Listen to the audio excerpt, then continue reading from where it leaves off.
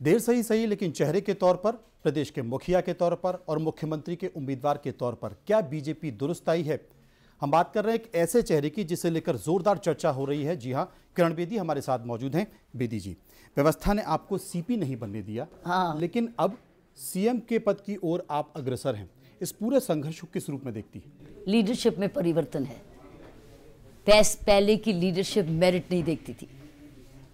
मैं equal merit में थी, 2 साल सीनियर भी थी जी। लेकिन मुझे उस पुरानी सरकार ने कमिश्नर पुलिस नहीं देने दिया, लेकिन मुझे कोई रंजिश नहीं थी। मैं अपना काम में लग गई अपने तरीके से। ये लीडरशिप कुछ और है। ये नए चेहरे ढूंढती है नई राजनीति के लिए, फ्रेशनेस के लिए, काबिलियत के लिए, ईमानदारी के लिए, एक्सपीरियंस के लिए, एक्सेप्टेबिलिटी के लिए। मैंने ये है नई पॉलिटिकल लीडरशिप जो नरेंद्र मोदी जी और हमारे अमित शाह जी दे रहे हैं अपनी टीम के साथ।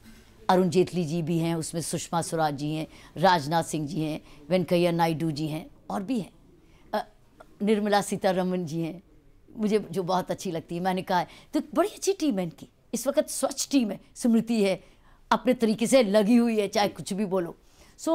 मैं ये कहूँगी कि एक नए चेहरे ये लाए हैं, ये अच्छी स्वच्छ राजनीति में विश्वास करते आ रहे हैं। वही कमिश्नर साहब कमिश्नरशिप जिसने मुझे सीनियरिटी और मेरिट को इग्नोर कर दिया जी। यही मुझे ऐसे व्यक्ति को पॉलिटिक्स में लाए हैं जो एक ओपन बुक है। मेरे सारे रिएक्शंस प्रेडिक्टेबल हैं।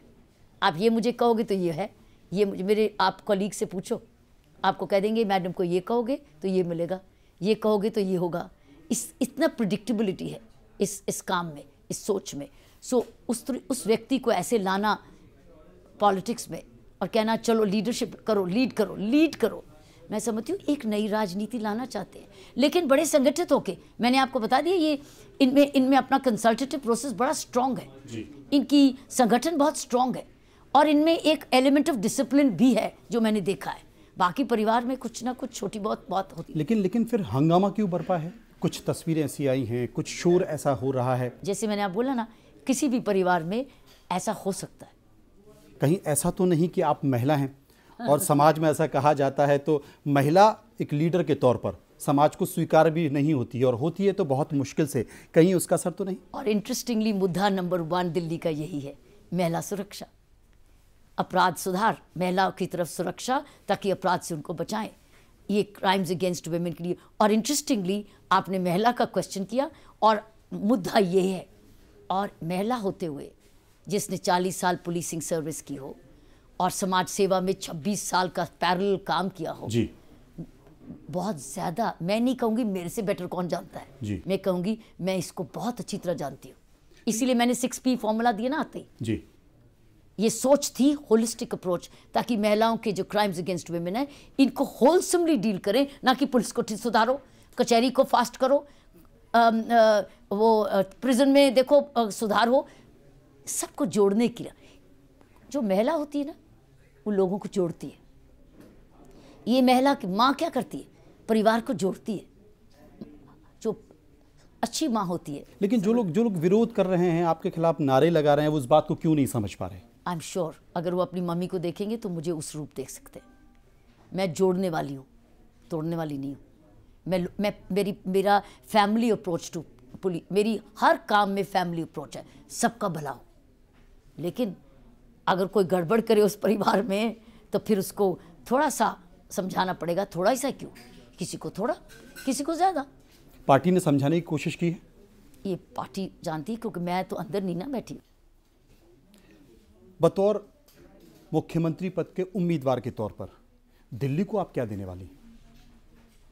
ऐसे ऐसे काम जो प्रशासन ने देखे नहीं कभी भी, शायद मैंने तो पिछले 15 साल में नहीं देखे जी। तो अगर आप हैरान हो जाएंगे कुछ बातें सुनते। सुना था कभी कि रोज चीफ मिनिस्टर 9 बजे किसी ना किसी झुग्गी झोंपड़ी की सफाई देखने जाएंगी, या अनऑथराइज कॉलोनी के जो सीवर लग रहे हैं उनको देखने जाएंगे? कभी सुना था? रोज 9 बजे निकलते, आज तक सुना था?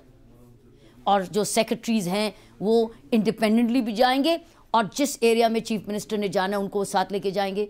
रोज सुना था? कभी ब्यूरोक्रेट्स सब अपनी अपनी जगह जाएंगे, कोई स्कूल जा रहा है अगर एजुकेशन सेक्रेटरी है, और कोई डिस्पेंसरी या हॉस्पिटल देखने जा रहा है, दवाइयाँ चेक करने जा रहा है, राइट, फूड एंड सप्लाईज देखने जा रहा है, और आम व्यक्ति पर वही बात कर रहा है कि आपको मिल रही सर्विस कि नहीं। और आपने कोई एक नंबर सुना है, एक कंट्रोल रूम नंबर, सिर्फ एक कंट्रोल रूम नंबर जिसमें सभी ग्रीवेंसेस आए, सब बढ़ जाएं और उसके बाद उसका मूल्यांकन हो और सारे एमएलसीज, एमएलए, एमपी तक वो इंफॉर्मेशन बटे, करप्शन की बटे, और उसके आधार पर सीएम सेलेक्ट करे या सेक्रेटरीज, चीफ सेक्रेटरी सेलेक्ट करे कि मैं कहाँ जाऊँ डायरेक्टली देखने के लिए किसने तुमसे पैसे मांगे थे, कौन है वो व्यक्ति, इंक्वायरी करते हैं, आओ शाह। तो पता कभी सुना था किरण जी, कहीं ऐसा तो नहीं कि आपका ये बयान सुनकर, आपकी ये बात सुनकर व्यवस्था में बैठे लोग अभी से डरने लगे, आपके खिलाफ हो जाए? मैं आपको बता दूं, ऐसा नहीं होता है। सब लोग काम करना चाहते हैं, वो सिर्फ माहौल चाहते हैं, अपॉर्चुनिटीज चाहते हैं, डिग्निटी चाहते हैं, रिकग्निशन चाहते हैं, शाबाश चाहते हैं, सपोर्ट चाहते हैं, निंदा नहीं चाहते, डर नहीं चाहते, धमकी नहीं चाहते, नौकरी नहीं चाहते। उनको कहें कि नौकरी करो, तुम देखो जूनियर हो, करे क्यों नहीं, नौकरी नहीं चाहते, वो एक अप्रोच चाहते हैं, रिकग्निशन चाहते हैं। और मैंने ये इसी तरीके से काम कराया और बहुत लोग बदले और उन्होंने बड़े प्रेम से काम, क्योंकि उन्होंने कहा मैम अब काम करने का आनंद आ रहा है, आनंद आ रहा है, क्योंकि अब हमारे परिवार वाले कह रहे हैं पापा बहुत अच्छा काम करते हैं, मम्मी देखो मैंने आपको अखबार में आपकी स्टेटमेंट सुनी। आपको पता है हमारा public communication system Delhi government का इतना अच्छा होगा कि हो सकता है दिल्ली गवर्नमेंट के ऑफिसर्स या स्पोक्समैन आपकी डिबेट्स में आए, आते हैं आज तक आए? अधिकारियों को जवाब देना होगा। नहीं, आपने देखा दिल्ली गवर्नमेंट अभी तक नहीं आए, लेकिन अब जवाब देना होगा। जवाब नहीं देना होगा, सूचना देनी होगी। अब आपकी गुमराह वाली इंफॉर्मेशन नहीं चलेगी, वो बताने आएंगे आप बोल क्या रहे हैं साहब, हकीकत तो ये है। तो आप अब इसका मतलब सही करेक्ट सूचना, क्योंकि उनको एक्सेस होगा इंफॉर्मेशन के पास। जब इंफॉर्मेशन एक्सेस होगी, ये हुआ दिल्ली में, कहेंगे ठहरो हम आपको बताते हैं दिल्ली में क्या हुआ। आपकी बातें सुनकर लगता है कि दिल्ली बदलती नजर आ रही है और शायद दिल्ली के जो तमाम लोग दर्शक हैं जो देख रहे होंगे उनको लगता है कि अगर किरण बेदी इस रूप में है तो वाकई व्यवस्था बदलती नजर आएगी। एक और बड़ी सुंदर चीज बताऊं, एक ऐसी पार्टी में जा रही हैं, एक और सुंदर सुन लो, ये युवाओं के लिए बहुत अच्छी बात सुनाने लगी जो हर्ष से खुश हो जाएंगे। जो स्कूल आधे टाइम के बाद बंद हो जाता है तो 3-4 बजे, कितनी प्रेशियस प्रॉपर्टी है, 4 बजे के बाद क्यों बंद खत्म हो जाता है? वो 4 बजे के बाद एक एजुकेशन पॉलिटेक्निक इंस्टीट्यूट क्यों नहीं बन सकता सेकंड शिफ्ट में? हमारे यहाँ से पॉलिटेक्निक्स नहीं है, स्किल्स डेवलपमेंट में बड़ी प्रॉब्लम है कि स्किल्स कहाँ सिखाएं। अगर स्कूल हमारे नेक्स्ट शिफ्ट में पॉलिटेक्निक्स बन जाए, इसका मतलब नेबरहुड में आपके पास ट्रेड सिलेक्शन हो जाए, ट्रेड ट्रेनिंग हो जाए। और ये सरकारी सड़कों के जाम का क्या करेंगे? क्या किरण बेदी फिर दिखाई देगी? देखिए मुझे युवाओं को बताने दीजिए, जबरदस्त एक आशा आएगी। सरकारी स्कूल जो हमारी प्रॉपर्टी है, हम हाफ वेस्ट क्यों करें? डिस्पेंसरी आधी चलती है, 2 बजे के बाद बंद क्यों कर दें? क्या और डॉक्टर कोई नहीं बैठ सकता? कोई प्राइवेट होम्योपैथ नहीं बैठ सकता? कोई प्राइवेट डॉक्टर नहीं बैठ सकता? उसके पास जगह नहीं है, वो डॉक्टर है, ये लीजिए, लोगों का सेवा करिए, काम करिए।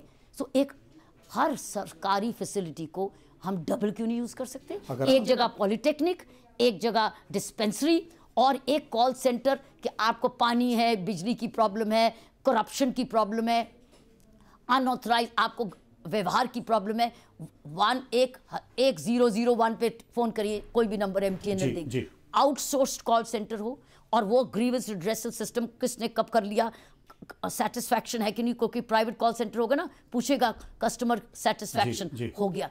ट्रेंड क्या चल रहा है किस जिले में, ईस्ट में, वेस्ट में, नॉर्थ में, साउथ में, नई दिल्ली में ट्रेंड क्या चल रहा है?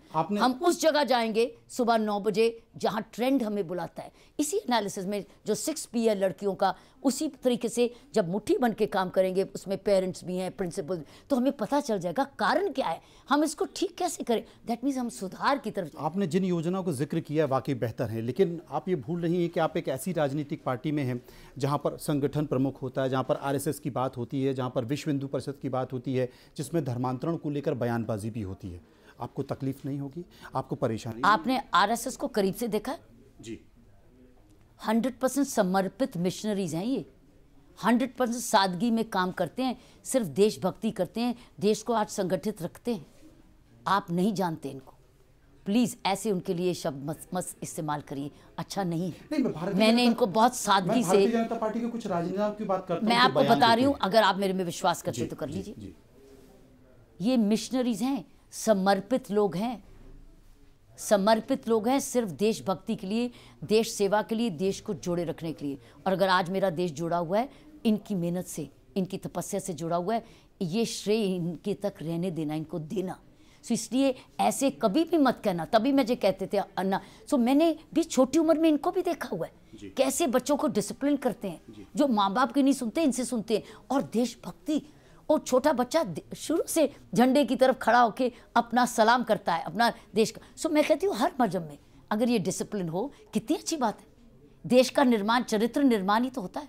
कुछ इस तरह के बयान आते हैं जिनसे लगता है कि नहीं होने चाहिए। भारतीय जनता पार्टी के कुछ सांसद हैं या कुछ लोग हैं, खंडन करती हैं, मानती है कि नहीं होना। पॉलिटिकल लीडरशिप उसको खंडन नहीं कर रही। मैंने देखा है पॉलिटिकल लीडरशिप कहीं क्लोज डोर में खंडन करती है और कभी पब्लिकली भी करती है। डिसिप्लिन बनाए रखी है कि ये एक्सेप्टेबल नहीं है, मैंने ये देखा है। अन्ना का आपने जिक्र किया, अन्ना की याद आती है, आज अन्ना साथ होते तो। अन्ना इस उम्र में है जहां उनको इस वक्त आप डिसलोकेट नहीं, अननेसेसरली नहीं कर सकते, कि आप ज़्यादा ट्रैवल नहीं कर सकते, परेशान नहीं कर सकते। शुक्र है अन्ना हमारे बीच में अभी भी हैं और बड़े तंदुरुस्त हैं, अच्छे हैं। आपको शुभकामनाएं दी अन्ना ने? अन्ना का आशीर्वाद हमेशा से मेरे पास। एक चर्चा है, लोगों में कहा जाता है कि अन्ना ने एक आंदोलन शुरू किया और उस आंदोलन से जुड़े हुए लोगों का राजनीतिक पार्टी और राजनेताओं ने दुरुपयोग किया। चॉइसेस ली, आप उसको दुरुपयोग ना कहिए, चॉइसेस ली अपने अपने समझ के अनुसार, समय अपना चुना, मैं यही कह सकती हूँ। अरविंद केजरीवाल के आप साथ लंबे समय से रही हैं, आंदोलन में जी, धरने में भी बैठी हैं। अरविंद केजरीवाल के अंदर क्या कमियां हैं जो आपको दिखाई देती हैं? वो उसको खुद ही जाननी चाहिए। और खूबियां? वो भी उसकी खुद जाननी चाहिए। हर व्यक्ति को अपने बारे जानकारी होती है कि उसकी कमियां क्या हैं और उसकी खूबियां कौन। मैं कौन उसको जज करने वाली? फेयर नहीं है। बहस को लेकर जो चुनौती दी जा रही है, वो बहस तो होगी, असेंबली में होगी। यही तो कहा है, आओ बहस करेंगे, अगर जीत के आओगे तो बहस करेंगे। बहस का असली जगह असेंबली है, जहाँ सारे 500 चैनल्स देख लेंगे। लेकिन अगर एक एक पे लगोगे, ऐसे करोगे तो तमाशा है, सिर्फ टीआरपी है। नहीं, हम तमाशे के लिए नहीं। अब कुछ दिन रह गए, अब डिलीवरी पर ध्यान दो, ना कि डिबेट पर। अब डिबेट करेंगे हाउस में, जहाँ हाउस में जो शब्द आप बोलोगे वो रिकॉर्ड होगा और हर शब्द के जिम्मेवार आप होंगे। अंतिम सवाल, दिल्ली की जनता के लिए क्या कहना चाहती हैं? क्या संदेश? दिल्ली के लिए मैं कहूँगी, आप क्यों? ये ट्रस्ट वोट, अगर विश्वास करते हो, ईमानदारी में विश्वास करते हो, इंसाफ में पसंद करते हो, नेक नीति में विश्वास करते हो, त्याग की भावना में विश्वास करते हो, यही मैं देने को आई हूँ आपको। और अपनी एक्सपीरियंस, जो मेरा तजुर्बा है, वो अपने इस शहर को देने आई हूँ। क्योंकि इस चीज़ में विश्वास करती हूँ कि अगर भारत ने बदलना है तो पहले दिल्ली को बदलना होगा। और अगर दिल्ली ने बार बार इलेक्शंस नहीं करनी है, इस बारी sound vote, strong stable government BJP को देगी, ताकि बीजेपी से डट के ईमानदारी की सरकार लेगी। ये मेरी अपील है, मेरा सुझाव भी है, एक दिल्लीइट होते हुए। ये मेरी पहले पॉलिटिक्स से आने से पहले भी मैं बोलती थी इंडिया फर्स्ट, बोलती थी इंडिया फर्स्ट। अब मैं कहती हूँ इंडिया फर्स्ट, दिल्ली फर्स्ट। आपने हमसे बात की, आपका बहुत बहुत शुक्रिया, आपको शुभकामनाएं।